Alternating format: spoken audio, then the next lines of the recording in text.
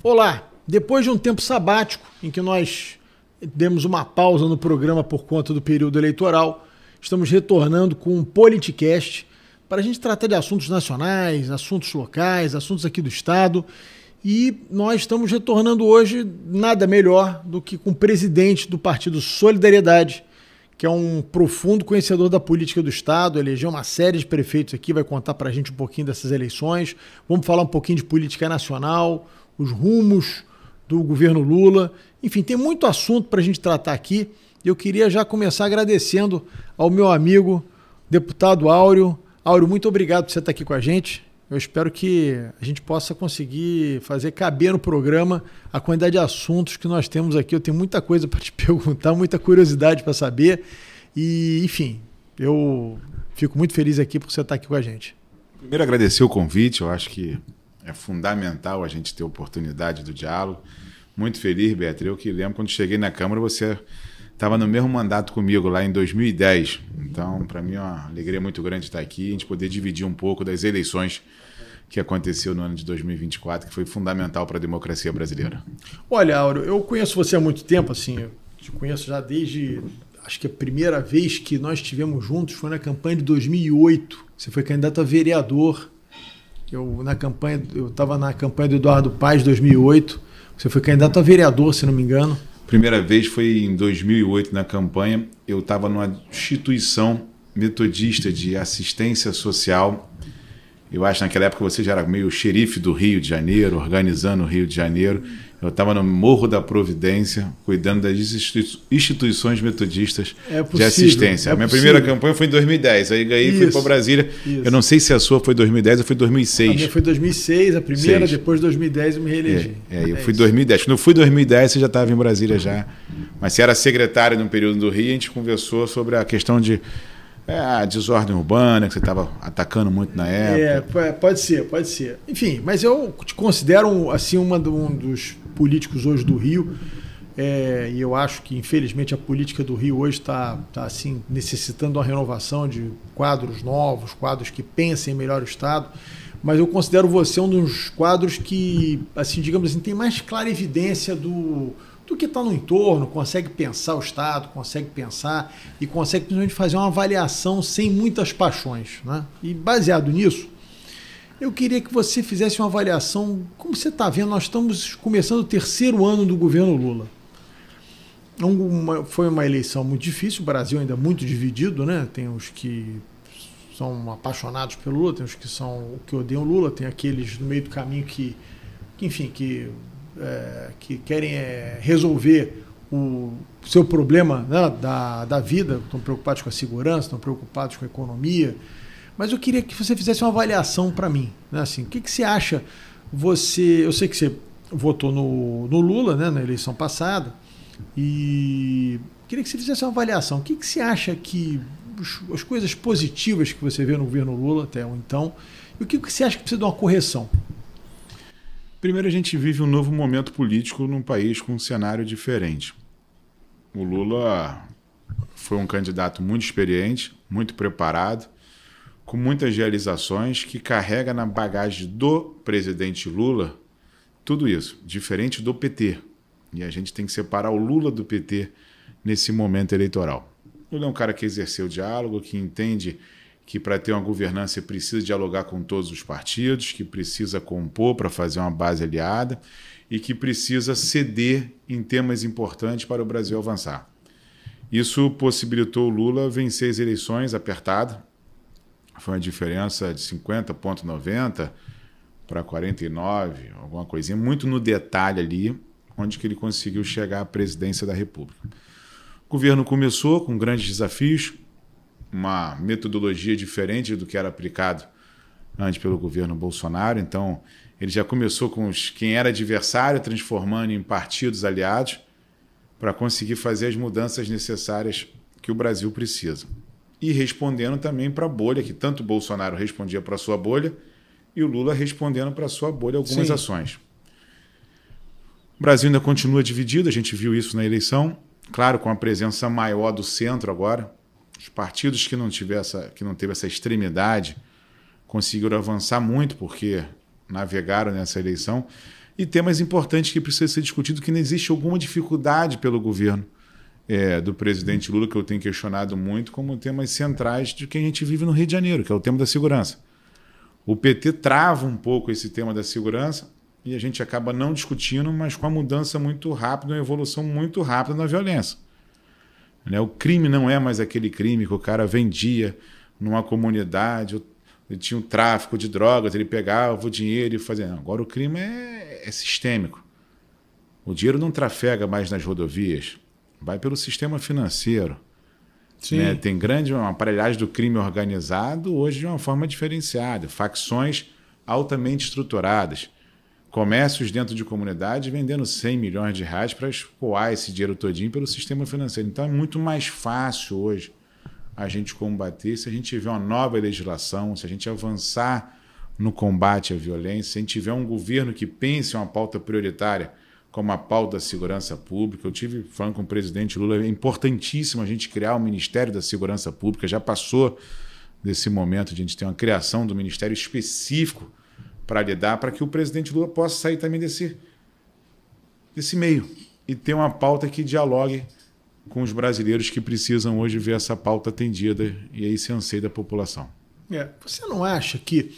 Eu estava, um pouco antes da eleição, eu entrevistei o Quaquá aqui, né, que é um petista que, assim, ele não se esconde de fazer críticas a, digamos assim, ao PT ter abandonado, né, um pouco, deixado um pouco em segundo plano as pautas mais sociais e aderido a uma pauta que a gente chama de pauta woke, né, que é uma pauta que foi importada dos Estados Unidos, que são essas pautas identitárias, essas pautas de ideologia de gênero, essas pautas, enfim, que acabam contaminando principalmente o que era a antiga base do PT. Os mais pobres, em geral, são os mais conservadores, né?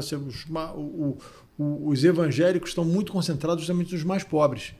E o PT tem perdido terreno justamente nos mais pobres, muito por conta dessas pautas, digamos assim, dessa agenda woke que foi importada dos Estados Unidos. Você não acha que está na hora, assim, do PT, e obviamente isso contamina um pouco o governo do presidente Lula, rever um pouco essas prioridades?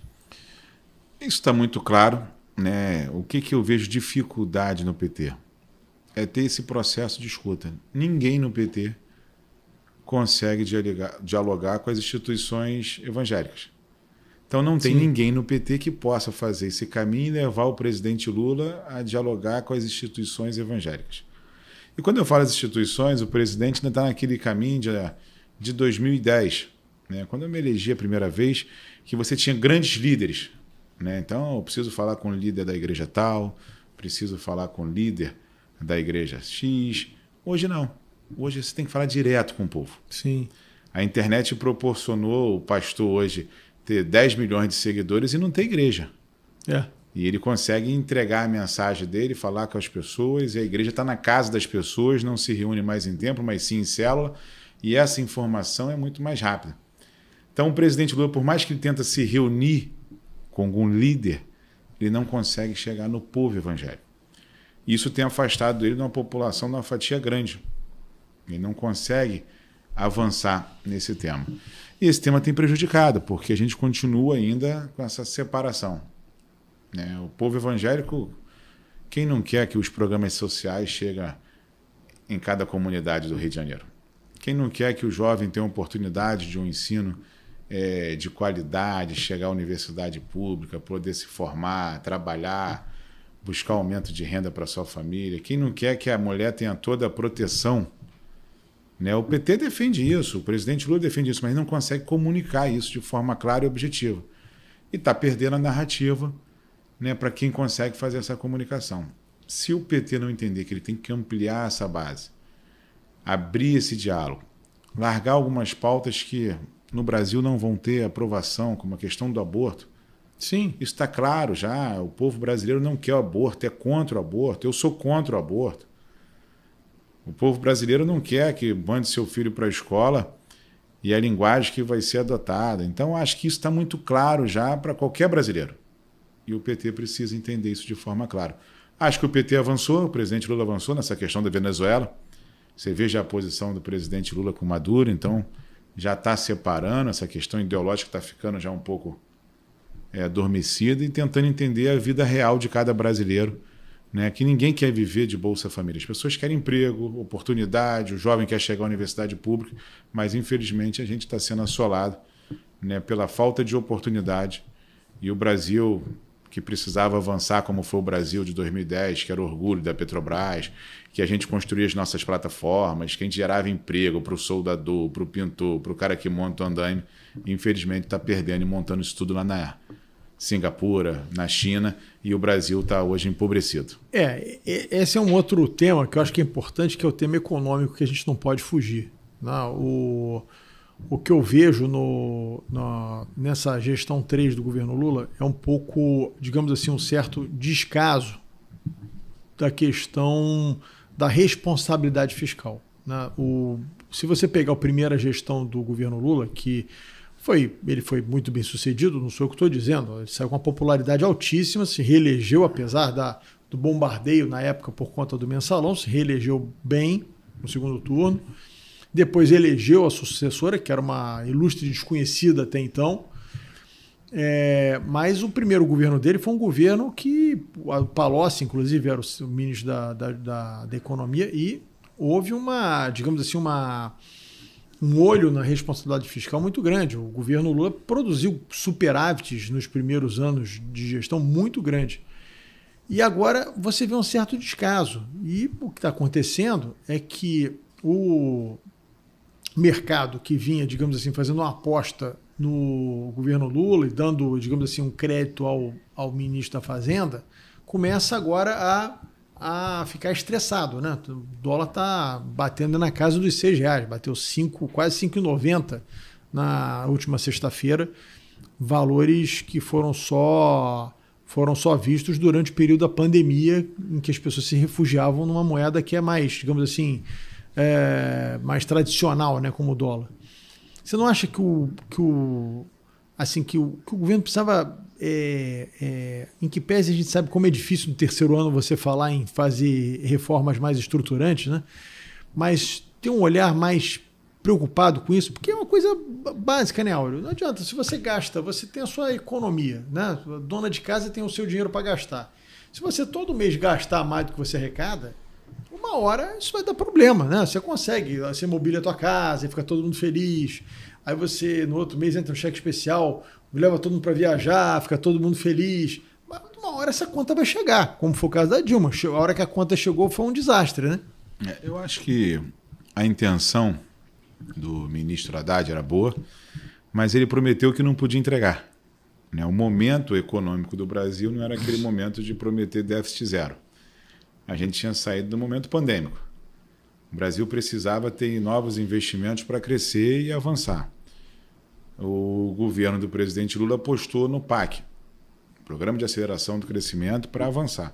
Quando o ministro começa a prometer, o ministro Haddad promete déficit zero e sinaliza isso para o mercado e não consegue entregar, vem cortes em programas fundamentais para o crescimento. Então a gente está nesse ciclo sem conseguir avançar e o Brasil se perdendo. O grande desafio é que a gente não consegue uma coisa tão... É triste isso, Beto, mas a gente tira o aço, vende o aço para fora, esse aço é industrializado fora para depois voltar para o Brasil pronto. Quando ele vai para fora, não paga imposto. Quando ele vem de fora para cá, também não paga o imposto. E aí você tem aqui, se a gente fizer aqui, fica mais caro. Só que a gente está sustentando todo esse sistema por programas de divisão de renda. Sim. E o Brasil, a gente está assistindo isso. Não é mais fácil a gente fazer reforma estruturante, de dar condições para a gente gerar um emprego aqui, renda aqui, e mudar a vida dessas pessoas, e ter essas pessoas ocupadas com emprego e renda?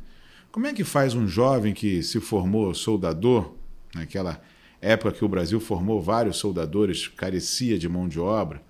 Como é que faz um jovem pintor? Como é que faz um jovem armador para sobreviver hoje no Brasil? O combate à violência não pode ser pensado só em armar a polícia, colocar colete, colocar arma, colocar viatura. Isso tem que ser um trabalho em conjunto de oportunidades geradas para a população. E quem tem que fazer isso é o governo. Não vai ser iniciativa privada que fala, não, hoje eu vou fazer um pacote de mudanças para gerar oportunidade para aquele jovem. Não é o governo que promove a oportunidade. É a pauta do governo que faz o Brasil avançar. E essa pauta que não está funcionando. Porque tem que entregar um resultado que foi combinado pelo ministro Haddad ao mercado financeiro. Não consegue se entregar o resultado, não consegue criar oportunidade para o trabalhador brasileiro e o Brasil está hoje parado. A gente vê um momento triste desse país que é gigante, desse país que tudo dá certo, passou por uma pandemia, passou por alguns desastres ecológicos, como alguns estados, como no Sul, sim, e a gente continua dando certo. Então, se organizar um pouco a cada, se tiver um pacto de governança, se votar as matérias mais importantes, você vê que a gente está vivendo um ano que você não consegue destacar o que a Câmara votou de importante, não tem uma pauta defendida prioritária, né? E eu falo isso de forma clara, objetiva. Você do Rio de Janeiro, quem tem condições melhores mudou do nosso estado. Que tem dos empresários que viviam no Brasil, vivendo em Portugal, vivendo em Orlando e vindo aqui só trabalhar, tirar as nossas riquezas e botar o dinheiro fora. Que precisa ter um olhar do governo para mudar. A economia precisa de um país que tenha uma pauta econômica forte para poder avançar. Isso falta hoje no governo do presidente Lula. Uma pauta econômica forte para que a gente possa vencer esse desafio. O dólar 5,90 é você refletir no que o cara está comprando para colocar dentro de casa. Se ele precisar comprar uma geladeira, não consegue comprar a geladeira. Se ele precisar comprar uma televisão, não consegue comprar uma televisão. Então, porque a pessoa acha, R$5,90, quem está preocupado com o dólar é o cara que vai viajar para o exterior. Não. Hoje tudo é dolarizado. Se você pensar que a carne é um commodity, né? Quer dizer, é uma mercadoria que é comercializada no mundo inteiro, o trigo, né? Que faz o pão, o feijão, o arroz, o fermento, o fertilizante, o aço, né? O minério de ferro. Então, tudo é dolarizado. Quando o dólar sobe, o preço aqui no Brasil vai subir também, porque ou o cara sobe o preço aqui, ou ele vai vender lá para fora e vai faltar insumo aqui básico, né? Na verdade, ele está vendendo para fora. Né? O que está ainda mantendo um pouco da nossa economia, porque a exportação está muito grande. Sim. Mas tirando a oportunidade de o brasileiro comprar. Então a gente produz café no Brasil. Coisa que todo mundo gosta, todo mundo bebe de manhã. O café aumentou. Por quê? Porque como aumentou, ele vende para fora. Se ele tem cliente para comprar o café fora, ele não precisa vender no mercado interno. E isso leva a nossa inflação ao problema que a gente está vivendo hoje. O brasileiro está pagando essa conta. Só quem não está sendo beneficiado é o pobre nessa conta da dolarização e o preço do dólar 5,90. Então a gente tem que ter um olhar do governo central nisso. O presidente Lula tem que fazer reformas importantíssimas em todos os seus ministérios e ter um Brasil mais competitivo, mas principalmente com geração de oportunidade para o nosso povo. E a gente vai pegar experiências. Aí o PT conhece isso de perto, por exemplo. Você pega a experiência da Colômbia, que venceu grandes desafios que a gente não está conseguindo vencer. Sim. É gerando oportunidade para a juventude. Programas que a gente começou a fazer com o governo federal, com o governo estadual e com o governo municipal do Rio de Janeiro. A gente fez um programa que colocou o teleférico, Beto. Cadê isso hoje? A gente fez programas que está sendo desmontado. O problema do Brasil é esse, é a descontinuidade. E aí você falou, pegando carona no que você disse, primeiro você tem uma insegurança econômica e jurídica no Brasil muito grande. Quando eu falo de insegurança econômica e jurídica, eu não estou falando simplesmente se o Supremo pode prender, não pode prender. Eu digo o seguinte, você muda as regras a todo momento. A todo momento você muda as regras. Para quem vai investir capital, o cara que é diretor de um fundo, né? O cara que define investimento com um fundo que tem bilhões e bilhões para investir, o cara olha as oportunidades do mundo inteiro, o cara olha o Brasil e fala assim, pô, esse país aqui é um país que pode dar certo. Né? Tem insumos básicos, tem 200 e tantos milhões de consumidores, tem isso, tem aquilo. Só que o cara olha aquilo ali e fala, pô, mas vem cá, cada hora a regra é uma hora a tributação é essa, daqui a pouco vem fulano entra com uma ação no Supremo, o Supremo muda, a tributação passa a ser outra. Então, o Brasil carece de ter estabilidade econômica e jurídica para que os grandes investimentos venham para cá. Né? A gente fica sempre à mercê de cada hora é uma coisa nova. E isso se reflete nas pequenas coisas, como você está falando com muita propriedade. Olha, pode dar certo um país em que nada contra os programas econômicos, mas os governos caíram na armadilha, ficou muito popular você fazer programas de transferência de renda, né? Muito popular, dar voto, só que esqueceram das portas de saída. Aí você pega estados no Brasil que tem mais gente vivendo transferência de renda do que trabalhando. Pode dar certo o Brasil. É só você pegar o mapa do crescimento do nosso estado. Vamos falar onde que a gente vive aqui. A quantidade de programas de renda que cresceu nas cidades. Não tem emprego. Você pega o que era o programa de renda em 2010 e pega o que é em 2024. Quando o programa foi concebido, era para tirar as pessoas da pobreza. E o Brasil está levando as pessoas para a pobreza. E aí você dificulta também, quando você cria muito programa de renda, de você gerar emprego. Então a gente tem que repensar esse modelo adotado, mas ter investimentos mais precisos para que a gente possa gerar emprego no Brasil. A gente tinha que criar e repensar essa estrutura do Ministério do Trabalho. Não cria emprego. A gente está naquele momento ainda de pensar que o jovem, em pleno 2024... Quer ter uma carteira assinada. Quer ter uma carteira assinada. Não quer. O jovem quer empreender. Exatamente. E ele pode empreender e gerar emprego. Só que o pensamento ainda do governo Lula é do cara que ter orgulho de apresentar a carteira assinada dele, achando que esse jovem quer ficar refém de ganhar R$ 1.400 por mês, que ele tem que cumprir um horário de 8 da manhã às 18 horas. Ele não quer mais isso. A vida mudou, a vida hoje é diferente, a tecnologia dá essa oportunidade e a gente precisa melhorar e criar um Ministério do Trabalho, empreendedorismo no Brasil, para que a gente possa pegar essa geração e fazer essa geração empreender como funciona nos países desenvolvidos. Sim. A gente não vai inventar nada, a gente vai só olhar para o mundo e falar como é que o mundo funciona hoje. Porque quem está aqui pode produzir para qualquer país do mundo.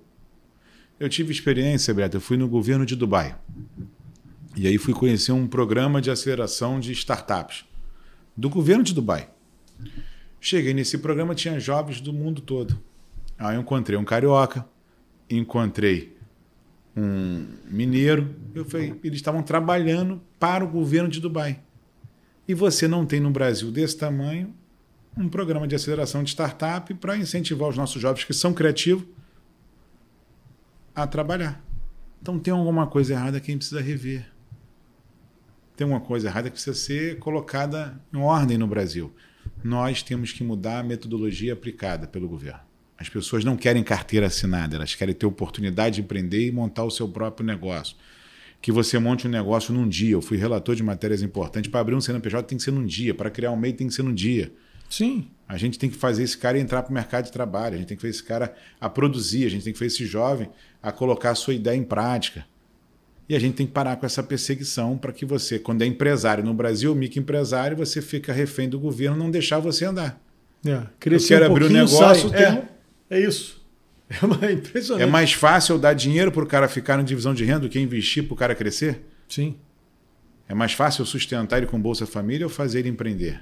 Então é isso que a gente tem que abrir os microcréditos para quem quer montar o seu primeiro negócio. Aí sim, aí o Brasil começa a ter um olhar para o futuro e a gente começa a ter uma nova geração. Precisa avançar muito, né, nessa pauta. O Brasil precisa crescer, evoluir, e aí a gente tem que dar uma roupagem nova, né, e o Lula tem que investir em mais tecnologia, trazer pessoas que possam estar ao seu lado para trabalhar essa pauta e a gente parar com essa discussão que a gente discute hoje no Brasil ideológica. Bom, nós tivemos o resultado da eleição agora em 2024, né? E esse é o resultado, a fotografia não foi boa para, digamos assim, para o presidente Lula, da forma que a fotografia saiu. O que eu vejo é que, em que pese o PT tenha voltado a ganhar a eleição numa capital, você viu o PL disputando prefeituras o PL bolsonarista, né? Porque tem um PL bolsonarista, tem um PL Centro. Centrão, né? Tem um PL para todos os gostos ali. Mas o PL bolsonarista disputou Fortaleza cabeça a cabeça com o petista lá, o que ganhou a eleição. O PL ganhou a eleição em Aracaju, se não me engano, que é outra capital do Nordeste. Ou seja, o presidente Lula começou a ver o PL bolsonarista entrando no Nordeste de forma mais forte. Nós tivemos um resultado que cacifa muito o Centrão, né? Os partidos grandes vencedores da eleição são os partidos do Centrão. Se você juntar os 3 principais partidos do Centrão, eles comandam basicamente quase metade das prefeituras do Brasil e capitais importantes. Você acha que esse retrato 2024 ele se reflete automaticamente para 2026 ou uma coisa não tem muito a ver com a outra? Eu acho que o Brasil está numa grande evolução, né? E até na forma de você fazer política e escolher o candidato. O que eu vejo é que as pessoas estão procurando quem vai ser o candidato. Existe um cansaço de Bolsonaro com pouco tempo e um cansaço de Lula. E está à espera de um candidato que possa atender os seus anseios de um ponto que defenda o que ele acredita, mas com equilíbrio, que possa fazer esse diálogo com as cidades brasileiras. A gente tem um crescimento do PSD, do crescimento do PL, o MDB, e a gente vê que os candidatos que ganharam a eleição foram candidatos mais equilibrados. Claro que ainda vai ter um lado, você pega um petista, um bolsonarista, mas as pessoas hoje querem um candidato que vai olhar para a sua cidade. Que seja o síndico, que está vendo se a lâmpada está apagada, se o bueiro está entupido, Sim. Como é que está o asfalto, como é que está o posto de saúde, se tem médico, se tem remédio. Ele entendeu a posição de papel de cada político que ele escolhe. Sabe que o vereador tem aquele papel, que o prefeito tem aquele papel e saiu dessa extremidade. Então eu vejo o Brasil evoluindo na forma de votar, de fazer escolhas. E a internet foi o ponto principal da eleição que deu acesso ao eleitor a conhecer o seu candidato.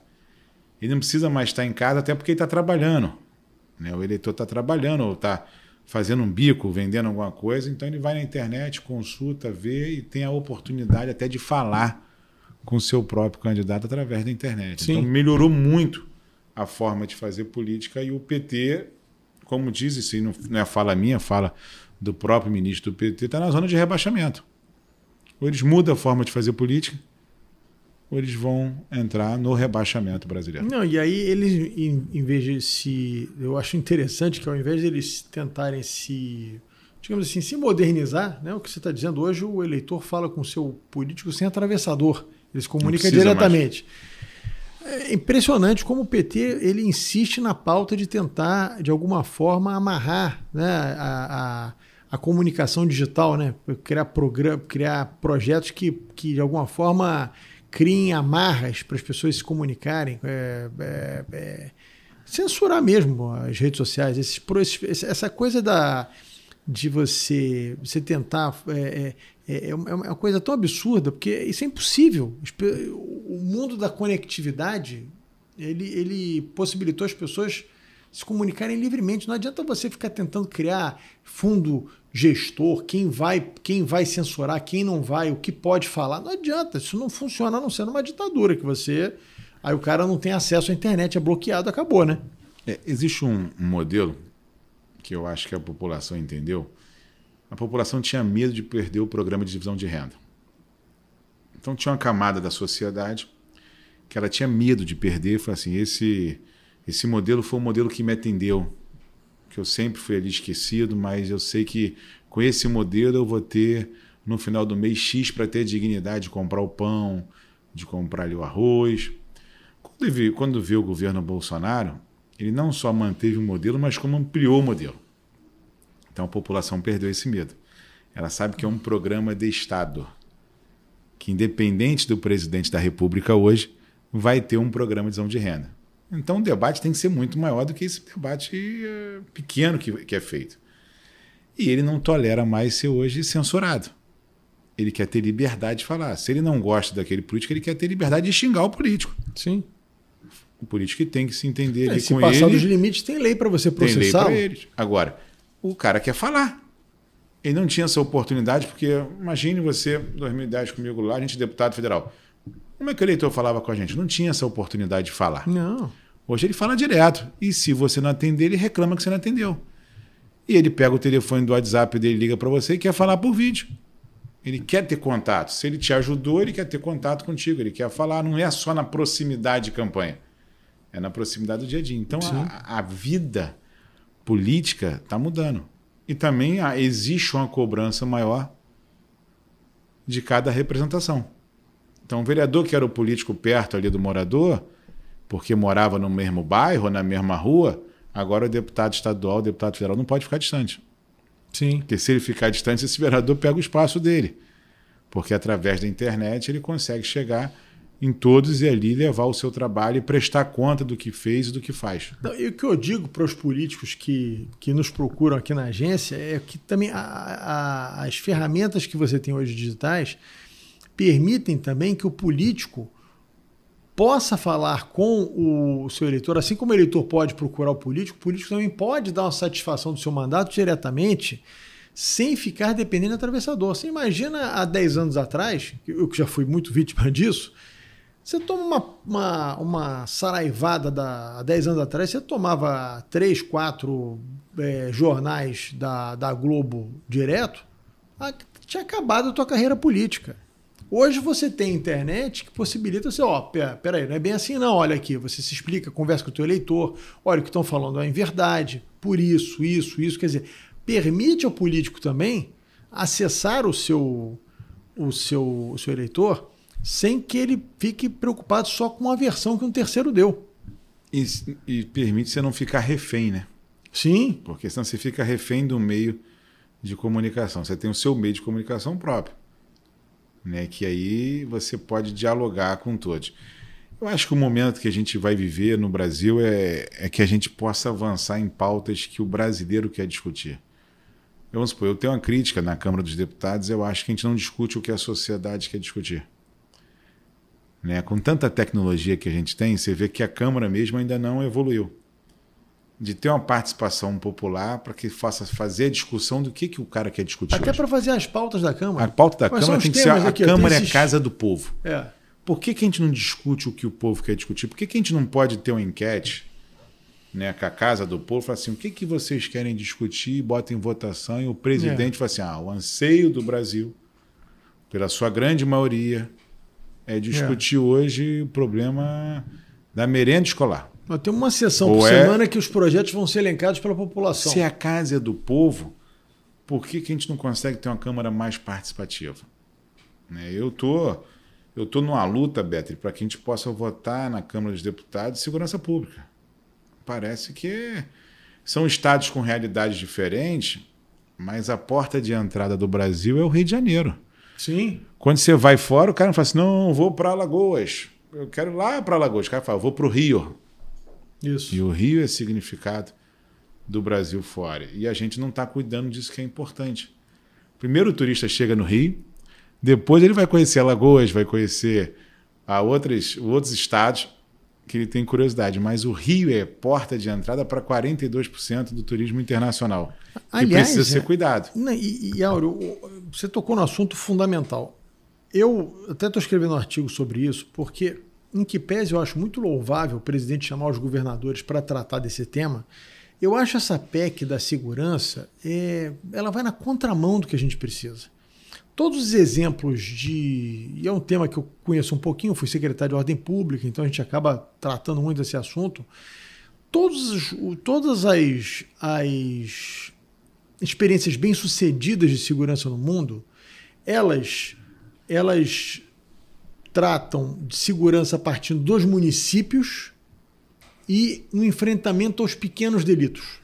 Porque o pequeno delito ele gera o grande delito. Onde há a sensação de ausência da autoridade é no pequeno delito. É no roubo de rua, é no sujeito que faz um furto, é no cara que está ali de flanelinha. São os pequenos delitos do dia a dia que vão tornando essa sensação de insegurança mais latente no cidadão. Aí o governo prepara uma PEC que vai concentrar mais poder em Brasília. É um equívoco isso. O que você precisa fazer é mexer nessa legislação penal que é muito leniente. Você vê esse final de semana, teve um ladrão de carro morto na linha vermelha, que ia tentar roubar as pessoas mais uma vez. Esse cara tinha 180 anotações criminais. 180, Auro. Como é que esse cara tá solto? Quer dizer, tem alguma coisa errada na legislação, você não concorda? Primeiro que a falta de capacidade do governo federal na segurança pública, eu não preciso aqui falar. É vista. O Rio de Janeiro não fabrica fuzil. Sim. O Brasil não fabrica drogas. Ele entra pela fronteira. Ou ele entra pelo mar, ou entra por terra, ou entra aéreo. Todas essas três responsabilidades é do governo federal. Então, o poder o governo federal tem. E não consegue executar o que ele tem de poder. Então, a prova já está clara nisso. Segundo, a gente tem uma falta de investimento desse governo federal que podia estar investindo nas guardas municipais. Sim. Né? Aquela tese da janela quebrada. O cara passa ali, joga uma pedra, daqui a pouco você cria um transtorno e aí a gente vê experiências positivas como de Nova York, a gente poderia aqui destacar várias. E o governo federal ainda não entendeu. Quando o governo federal sugeriu uma PEC da maneira que foi apresentada, você vê que ele está desconectado com a realidade brasileira. A gente tem que descentralizar poder para poder chegar. Ele quer concentrar poder para que ele possa amarrar mais a pauta da segurança pública. Então, tem hora que eu fico pensando que é mais importante pelo governo defender a vida do bandido de defender a vida de quem morre no assalto. Essa questão, a gente tem que repensar essa questão dos direitos humanos da forma que está sendo gerida, porque a gente está perdendo aqui a nossa... Você pega um jovem que perde a sua juventude por um cara que tem 180 anotações criminais. Quem tem que ser defendido? Tá solto? Quem tem que ser defendido? Direito é para quem? É. Né? Você pega um cara com um fuzil hoje, ele é preso, ele fica 3 meses, depois está solto na rua e está com outro fuzil de novo. Se esse cara tem disposição para ter um fuzil, esse cara é o quê? Esse cara é um assaltante com a arma do potencial de um fuzil? Ele tá... É arma de guerra, fuzil é uma arma de guerra. Ele é um assaltante ou ele é um terrorista? Eu acho que tinha que ser tratado como um terrorista. O cara que tem um fuzil, ele não é um assaltante comum.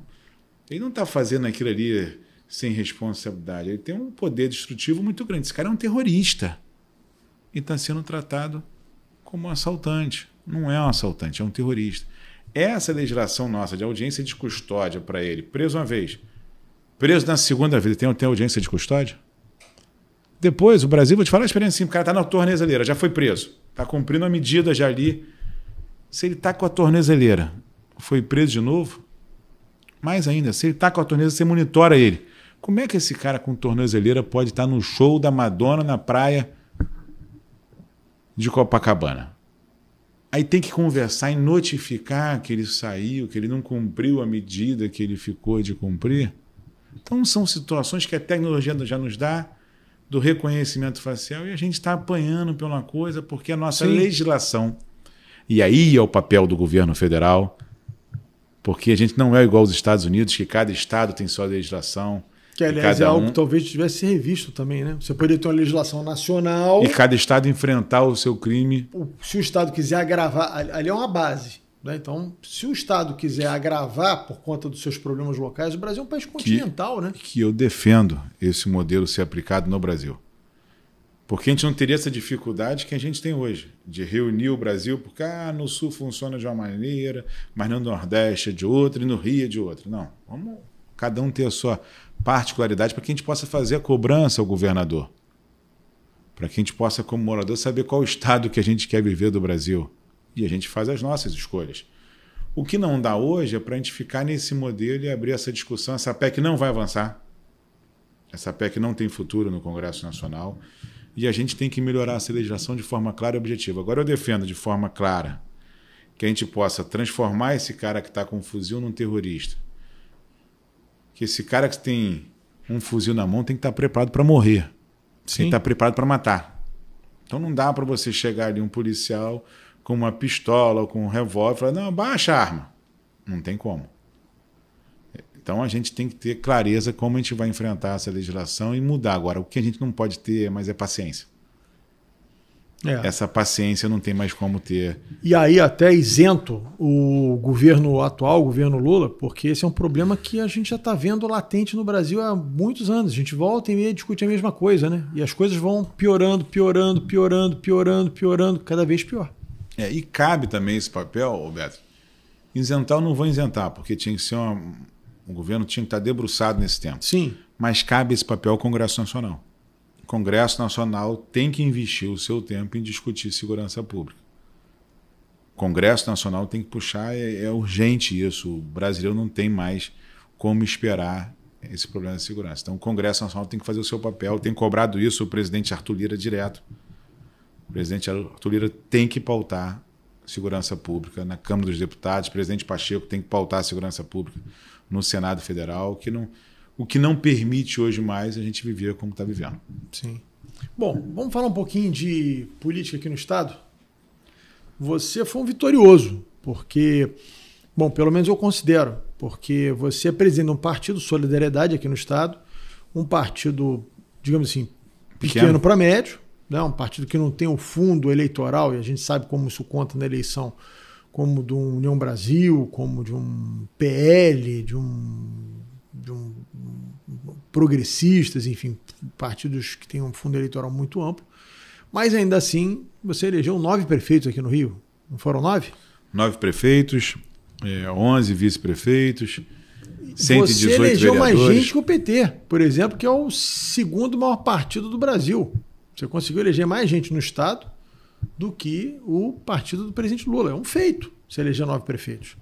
Então, eu sei que você não vai querer contar a fórmula do sucesso, senão os outros pegam e copiam. Mas você podia falar um pouquinho para a gente. É um trabalho de articulação política importante. Você eleger 9 prefeitos no Estado, acho que é um feito. Primeiro, um destaque que eu vou dar aqui, que a gente fez uma escolha de um modelo. Nenhum dos 9 prefeitos que a gente elegeu, a gente quis participação nem do PL, nem do PT. A gente não quis trabalhar nessa extremidade. Então, todos os nossos prefeitos foi com muita independência. E fazendo o papel do que a gente acredita, é zeladoria da cidade. Discutir com o morador. O que ele quer para a sua cidade? Qual o prefeito que ele quer? A gente não teve esse debate ideológico na eleição municipal. Então, as cidades que a gente disputou e elegeu prefeito, a gente está cuidando da zeladoria de quem proporcionaria melhores condições para a cidade, para o morador que mora ali. Não é um debate que tem que ser feito para o Brasil. Então, esse foi um primeiro conceito que a gente aplicou. Segundo, a gente teve uma política de proximidade. Discutir os problemas reais. É diferente de quem mora na cidade, vamos supor, uma cidade importante do Estado para mim. Aí você fala, para você é importante por quê? Porque eu tive 40% do voto dessa cidade vale. São Sebastião do Alto. Quase ninguém sabe que existe essa cidade no estado do Rio de Janeiro. Uma cidade pequenininha, com seus problemas locais. Não tem uma escola nessa cidade, Beatriz, particular. Toda a rede de ensino da cidade é pública. Se o cara é rico, se ele é pobre, se ele tem melhor condições nessa cidade, se ele é fazendeiro, as escolas da cidade é pública, não tem escola particular. É uma particularidade que a gente só tem em São Sebastião do Alto. Você vai para outras cidades, tem cidades que ainda não tem hospital. E quando você pega lá, qual é o maior problema da cidade? Não é a saúde. Porque como ela não tem hospital, ele utiliza outra rede de saúde que não é do município. E tem que ser discutido a saúde dessa cidade. Você vai para cidades como Barra do Piraí, que tem uma força grande de trabalho. A gente não quis o apoio, né, nem do PL, e vencemos o candidato do PL na cidade, era um ex-deputado federal, Furtado. Vencemos o candidato do MDB, o que tinha o apoio do governador, porque a gente foi discutir os problemas com os moradores. Qual cidade você quer? E assim a gente fez a nossa estratégia, claro, com muito treinamento, participando. A gente criou no Solidariedade um centro de formação política, a gente treinou a equipe de cada candidato, a gente trabalhou com muita pesquisa aplicada na eleição, a gente formou novos quadros e agora a gente está formando os quadros de quem ganhou da sua equipe. Como o cara vai ter o melhor secretário de educação, como ele vai ter o melhor secretário de saúde, proporcionando ele conhecimento na área para que ele possa fazer agora um bom governo. Que esse é o desafio. Eu falo assim, eu converso com todos os meus prefeitos, ganhar a eleição é a parte mais fácil. Agora você tem que responder o anseio da população no seu mandato. Então a gente fez uma escola, né? A gente tem no Solidariedade uma escola de líderes, um programa para você não ficar refém, todo político fica refém do cabo eleitoral. Isso é importantíssimo. Então o cara acha, não, naquela cidade eu vou contratar o cabo eleitoral A, ou B ou C. Parece até que não surgem novos cabos eleitorais. Então a gente fez uma escola de líderes, poder identificar pessoas que queiram fazer política, fazer o debate da cidade, movimentar essa pauta na sua cidade. Então, a Solidariedade investiu muito nisso, em tecnologia na ponta, para que a gente possa continuar, né, não, o pós-eleição, esse contato com a população e aí atender os anseios da população. Tem uma cidade nossa, que é a cidade de Mendes. A gente tem um trabalho nessa cidade de Mendes, a gente elegeu um prefeito na eleição passada, que é o Jorge Henrique. Reelegeu o Jorge Henrique agora, na eleição na nossa coligação lá. Lá o prefeito é do Solidariedade, o vice-prefeito é do Solidariedade, o vereador mais votado é do Solidariedade e os 9 vereadores são da nossa coligação. Essa cidade não tinha hospital. É um exemplo de uma cidade que não tinha hospital e a gente está agora com um hospital na cidade. A gente organizou a prefeitura e falou assim, dá para ter hospital, dá para ter um centro oftalmológico, dá para ter um centro de imagem. Esse morador de Mendes ele tinha que pegar um carro da cidade e vir fazer um exame de imagem na capital. Ele ficava 3 horas com esse morador no carro para chegar à capital. Colocava dentro de uma van da cidade. Chegava aqui e fazia os exames os 16. Ele ficava mais 6, 7 horas aqui e retornava para a sua cidade. Ele ficava 14 horas fora da sua cidade para fazer um exame de imagem, que não trazia especificamente esse morador. Sim. Olha o que impactou na vida de quem mora em Mendes, uma cidade de 100 e poucos quilômetros da capital. Ele faz o seu exame de imagem lá. Desafoga a rede aqui. Desafoga a rede aqui, faz o seu exame de imagem lá, consegue fazer a prevenção através de um diagnóstico de um exame de imagem, cuidando de pessoas. Mendes não nasce mendense, vai voltar a nascer agora, porque agora tem a maternidade. Aí se entrega à população nos próximos dias. Então, são situações que cada cidade tem sua particularidade. Diferente de uma cidade grande. E as pessoas querem morar no interior do estado, porque o interior do estado é mais seguro, não tem tanta violência. Sim. Ele pode sair à noite e assistir num barzinho, assistir uma música ao vivo, coisa que ele não consegue mais fazer nas grandes capitais. E quando você tem uma rede de saúde funcionando, quando você tem uma rede de educação funcionando, quando você tem uma cidade organizada, igual a gente proporcionou às nossas cidades, instalação de LED, investimento na ponta, tecnologia, levando internet para comunidades rurais que não tinham internet. Eu tive a oportunidade esse ano de a gente levar o sinal de telefone para um distrito de Porciúncula. Quando a gente levou o sinal de telefone, falou assim, poxa, agora eu vou poder aceitar o cartão de crédito aqui de quem compra, né, comigo na mercearia. Se não ter conectividade hoje, é um negócio... Não tinha como aceitar o cartão de crédito. E aí ficava a mercearia vendendo ali para pagar depois, o comércio quebrava. Então são situações simples que a gente não está preparado para viver, mas que existe no Rio de Janeiro. Sim. Em pleno 2024. Não tinha conectividade, não tinha exame de imagem, não tinha hospital. Você não poderia acessar o programa através de um banco, então você vai mudando a vida das pessoas. E é isso que a gente tem feito através do nosso mandato, levando um mandato de proximidade, escutando o que o cara quer para a cidade, escutando quais os anseios que a população precisa. E aí a gente trabalhou muito, levando Wi-Fi aonde que não tinha conectividade, colocando antena via satélite, mudando a vida dessas comunidades, inserindo para o jovem ter oportunidade de estudar. Imagina um jovem da zona rural não tendo oportunidade de ter computador. Como é que ele consegue fazer as suas provas? Como é que ele consegue fazer uma faculdade distante? Como é que ele consegue mudar a vida da sua família? O que era uma perfumaria um tempo atrás, o sujeito ter uma rede social, ter uma internet, um sinal de Wi-Fi, hoje é algo vital para o ser humano poder se conectar e falar com o mundo. É vital, é como há 40 anos atrás o telefone. O que era o telefone há 40 anos atrás, hoje é o sinal de internet. A pessoa não tem sinal de internet, porque você está dizendo... O que é mais importante para ele? Cartão de crédito no A gente fez uma pesquisa, Beatriz, que foi muito interessante. Nesse distrito, tinha que fazer uma reforma de posto de saúde, ampliar. E a gente fez uma pesquisa. O que é mais importante? A internet ou o posto de saúde? Sabe o que ele respondeu? A internet. Porque a internet ele fazia o seu dia a dia. De escola, de pagamento em banco, consultável. O posto de saúde, se ele precisasse, eu me desloco um pouquinho, vou até no centro da cidade. Mas eu preciso de conectividade por causa do comércio. Então a gente entendeu que você tem que estar com mais proximidade. Porque a gente que fica em Brasília, a gente na hora H faz o investimento na cidade, vou mandar para a cidade a creche. Mas será que está precisando de creche? Sim. Então você tem que ter uma escuta local para saber o que aquele investimento da creche, o que a cidade precisa.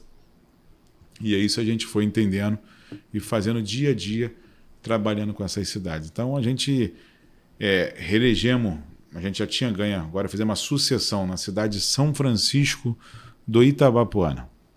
É depois de Campos, divisa do Rio de Janeiro com o Espírito Santo.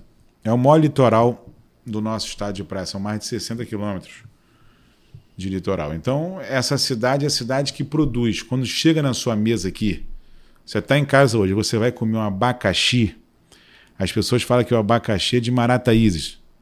Na verdade, é tudo de São Francisco do Itabapoana. Se o abacaxi está na sua mesa, provavelmente ele veio de São Francisco do Itabapoana. Se o aipim chega na sua mesa, ele veio de São Francisco do Itabapoana. Então, são realidades que quando você cuida também dessa cidade, você está cuidando do Rio de Janeiro, que abastece aqui o nosso estado no alimento. Essa cidade, a gente tem um desafio para ela. Ela não tem nem água, nem esgoto tratado. Em pleno 2024. Que loucura, né? Então, são desafios que a gente tem que investir para que a gente possa ter um bom abastecimento de água, um bom abastecimento de esgoto. A gente fez isso com o Mendes. Pegamos o Mendes na mesma situação e vamos entregar 100% de água e esgoto tratado público, sem ser concessionário. E o morador não pagando essa conta cara, como foi feita hoje em algumas cidades do Rio de Janeiro. A gente defende um saneamento público, defende água para todos, que as pessoas possam ter melhor condição de vida, e é isso que a gente faz no Solidariedade. Ganhamos 9 cidades na cabeça, estamos com 2 cidades ainda sob júdice, ainda discutindo novas eleições, e a gente tem certeza e clareza que a gente tem que ter uma política de proximidade. Saber o que o eleitor quer e ali fazer o desafio com cada prefeito de levar os investimentos necessários. Fizemos nossos vereadores, são 118 vereadores no Solidariedade. Foi um crescimento para a gente muito importante, porque é o primeiro agente político que a população ali tem contato, e a gente entende que é importante fortalecer esse processo legislativo. Então, se você contar aqui no Rio de Janeiro, são 92 cidades, 118 vereadores, tem 1,20, né, por cidade. Não, a média, fizeram um belíssimo trabalho. Muito boa. A gente ficou muito feliz com o resultado eleitoral. O Solidariedade Rio de Janeiro é o melhor resultado do Brasil, mais um ano. Então, a gente está com o dever cumprido com o nosso partido. A vice-prefeita de Caxias, que é um município importante. Com 243 mil votos da população, ganha a eleição no primeiro turno com 54% do eleitorado. Ali foi uma disputa com o olhar do Estado todo, você que discute debate política. A gente ganhou uma eleição difícil, mas que foi importante. Ganhamos a prefeitura de Barra do Piraí, uma prefeitura importante. Que concentra várias empresas. Ganhamos as prefeituras do interior do nosso estado. A prefeitura de Japeri, que é a prefeita do PT, o vice é do Solidariedade. E aí fizemos vice em cidades importantes. Fizemos um trekking para eles lá. Que foi importante, chegou com 10%. O vice de Búzios é de Solidariedade. Então, a gente está presente no estado com vereadores, prefeitos e vice-prefeitos. Então, hoje o nosso partido está presente nas 92 cidades. E isso é importante a gente fazer discussão e entender e fazer o crescimento do Solidariedade, que a gente continua crescendo. A gente agora está muito empenhado numa federação partidária. A gente entende que tem que diminuir o número de partidos no Brasil, então a gente está trabalhando nos próximos dias para anunciar uma federação partidária. Eu acho que é importante esse enxugamento. O Brasil passou por um boom de partidos, eu acho que chegou agora de você dar uma acomodada, né, até para as pessoas terem mais nitidez, né, no que representam os partidos, né, quais são as ideias, a gente começar a arrumar para uma... E a gente viu que a federação dá certo, né? É uma experiência brasileira hoje, mas a federação é fundamental quando você junta 3, 4 partidos com um único objetivo, com um único pensamento. Você diminui o número de candidatos, você tem a tranquilidade de você não ter, né? E a gente sempre foi muito preocupado com isso, de não ter candidatura fantasma, de valorizar a mulher, de valorizar o candidato, de ter estrutura para que aquele candidato possa ter competitividade. Não adianta você lançar uma chapa cheia e esse candidato não ter competitividade na eleição. Não ter condições de fazer eleição e ser um jogo ali que tira ele já do jogo no primeiro momento. Então, acho que a federação ela dá essa possibilidade de os partidos poder pegar e concentrar quem tem pouco recurso, como é o Solidariedade, o investimento nos seus candidatos. Ele não precisa ter a chapa cheia. Tá? Através da federação, ele diminui o número de candidatos do partido e aí o recurso pode ser dividido, dando oportunidade de ele fazer a disputa, já que a gente faz uma eleição com fundo público. Por isso que eu defendo, Beto, uma coisa que é fundamental, é esses problemas judiciais que levam à eleição. Né? A gente tem no estado do Rio de Janeiro algumas eleições que estão sob júdice ainda. Então você tem o município de Itaguaí, por exemplo, uma cidade grande. Você não tem ganhador da eleição ainda. E provavelmente pela nossa legislação eleitoral hoje, você tem 9 eleições. Olha quanto de recurso público do povo esse negócio foi gasto para fazer a eleição. E pela morosidade da vontade da população justiça, é respeitada, aí você tem uma outra eleição, já outra conjuntura. E aí você não tem um recurso partidário, porque não tem fundo mais eleitoral, aí a máquina acaba tendo a sua... tem a facilidade de fazer disputa eleitoral, acaba corrompendo a democracia brasileira. Então tem coisas que a gente tem que avançar nesse processo eleitoral ainda, tem que ter mais clareza, a gente não pode deixar um candidato... Quando um deputado não pode ser eleito, porque ele tem algum problema, ou um vereador, consagra-se o segundo. Tem que ser a mesma forma. Exatamente. Se não pode ser eleito o primeiro, tem que se consagrar o segundo e dar oportunidade para que a gente não possa ter custo operacional de uma eleição e aí levar um fracasso da democracia. Bom, para a gente encerrar, eu queria que você me desse um panorama do que você acha dentro da configuração do que foi a eleição aqui no Estado. Como é que você está vendo o cenário para 2026? Quem você acha que são os potenciais candidatos para suceder o atual governador Cláudio Castro, que não pode ser candidato à reeleição, né? Ele já foi reeleito, então ele não pode ser candidato à reeleição. Tem dito aí a todo mundo que vai até o final do governo. Quem você acha que... Quais são os possíveis candidatos que nós vamos ter em 2026 para governar o Estado do Rio? Primeiro, eu acho que a gente vive um momento ainda de muita emoção, né? O prefeito Eduardo Paes foi reeleito, com a capilaridade grande de voto na capital, acho que demonstrou que o governo dele funcionou, teve uma atuação importante. A gente tem cidades importantes que vai estar nesse debate, como São Gonçalo, Duque de Caxias, Nova Iguaçu, que tem um colégio eleitoral grande. E a eleição para governador ela é uma arrumação política. Sim. Né? A gente tem o Eduardo aqui num lado, que eu ajudei a reeleição do prefeito Eduardo Paes, e a gente tem um grupo que está do outro lado que precisa de um candidato. Aliás, quase te penduraram na forca por causa disso, né? Passei um momento ali... Passei um momento legal, né, da política, que a gente chama. Sem emoção não tem graça, né? E ali a gente tem um outro grupo que está do outro lado. Se esse grupo que está do outro lado, que está na capital, permanecer unido, tiver oportunidade de diálogo, escolher um bom nome, esse grupo é muito forte. Se esse grupo altamente bagunçar, o nome da capital passa a ser um bom nome. Então, acho que a gente tem dias aí de construção política, de muito diálogo, de ter um projeto fundamental para o Rio. O Cláudio está na metade do mandato ainda. Tem muito ainda a realizar, tem muito a entregar. Eu acho que o Cláudio vai ser um bom cabo eleitoral. Nosso maior desafio é segurança pública. Eu torço muito pelo sucesso dele. Primeiro porque eu acho que ele é um sujeito do bem. Segundo, porque eu moro no estado do Rio de Janeiro. Então eu quero que o meu governador, independente de quem seja, sempre acerte. Eu acho que o Cláudio agora pegou a rédea do governo dele. Está faltando isso, sabe? Eu acho que ele deixou muito a coisa por conta dos secretários, cada um vai tocando do jeito que está. Acho que agora ele pegou a rédea, pelo menos tenho visto ele mais presente nas redes, aparecendo mais. Eu acho que isso é muito importante, porque... por mais que você possa confiar nos seus assessores diretos, nos seus secretários, é importante ter um norte do governo. Quem dá o norte é quem teve o voto, né? Quem dá o norte é quem foi eleito. Legitimado pelo povo. Sim. Não, eu estou muito atento a esse cenário.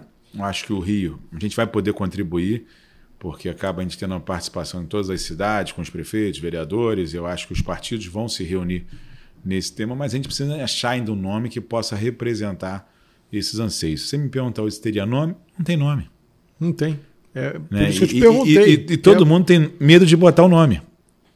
né? Porque ninguém quer ficar 2 anos exposto aí numa disputa dessa, sendo ali alvo de todo mundo. Então, acho que é um momento ainda dessa escolha, mas eu acho que a política tem condições de encontrar um nome que possa representar os anseios da população carioca. E provavelmente esse nome que possa representar é quem não está colocado ainda. Sim. Que possa exercer com diálogo, com transparência, né, representando aqui os anseios de cada região desse estado do Rio de Janeiro, que é muito diferente de quem está no interior e quem está na capital, mas um nome que possa ter clareza nesse debate. Eu estou com a esperança de a gente achar esse nome. Não sei também, em nenhum momento o prefeito Eduardo Paes manifestou publicamente que quer ser candidato a governador. Não, publicamente disse que não será ele fala de que nenhum. não vai ser candidato a governador do estado do Rio de Janeiro, então a gente também não tem esse nome definido. A gente tem ainda um buraco para ser ocupado, que eu acho que a política vai ter que se encarregar de achar esse nome. É verdade. Posso até sugerir o teu, Betri. Não, eu estou completamente eu posso fora até sugerir da o teu política. nome porque... Eu pendurei as chuteiras. As chuteiras estão penduradinhas. É um bom nome. Eu hoje sou apenas um razoável conselheiro e um prestador de serviço. Só isso. Nada mais do que isso. Áureo, muito obrigado pela sua presença. Fico muito feliz de você estar aqui com a gente. Acho que você enriquece o debate da política. A gente estava falando aqui agora, há minutos atrás, sobre a falta de nomes no Rio de Janeiro. E é isso, a gente está precisando, e você está fazendo um trabalho muito bacana de criação de novas lideranças, porque eu acho que o Rio sofreu muito com a Lava Jato. Eu não vou entrar no mérito aqui se eram culpados, se não eram culpados, enfim, quem julga é juiz e Deus. Eu não sou nem juiz nem Deus, então não posso julgar ninguém. O fato é que a Lava Jato causou um buraco na política do Rio muito grande e você necessita hoje ter novas lideranças, novos quadros, gente que possa contribuir com a política, gente nova. O que você está dizendo? Formar quadros que você está fazendo no partido. E eu acho que se todos os partidos fizessem isso, nós íamos ter uma quantidade de gente para discutir políticas públicas, né? A questão do desenvolvimento do Estado aí daqui a 5, 10 anos, que ia ser uma coisa assim extremamente louvável para o Rio de Janeiro. Infelizmente, nem todo mundo faz isso, né? Então, queria te parabenizar por esse trabalho que você está fazendo e franquear a palavra aí, antes da gente encerrar o programa. Primeiro, agradecer o convite. Eu acho que a gente que está na política, né, gosta disso, de falar de política, de discutir o nosso Estado. Cada um tem um pensamento, é igual a seleção brasileira, cada um quer fazer uma escalação. Mas a gente entende que esse diálogo é o diálogo que muda a vida das pessoas. Eu acredito que o instrumento da política que transforma as mudanças necessárias. Acho que aqui, através de um debate, aqui a gente consegue fazer uma escola pública de qualidade, consegue entregar um hospital para a sociedade. E esse momento que a gente tem de conversar, de dialogar, com total respeito de quem pensa diferente, né, de colocar na mesa suas ideias, de expor o que você pensa, o que você acredita, é muito importante para a democracia. Então, estou muito feliz, feliz aqui com o papo.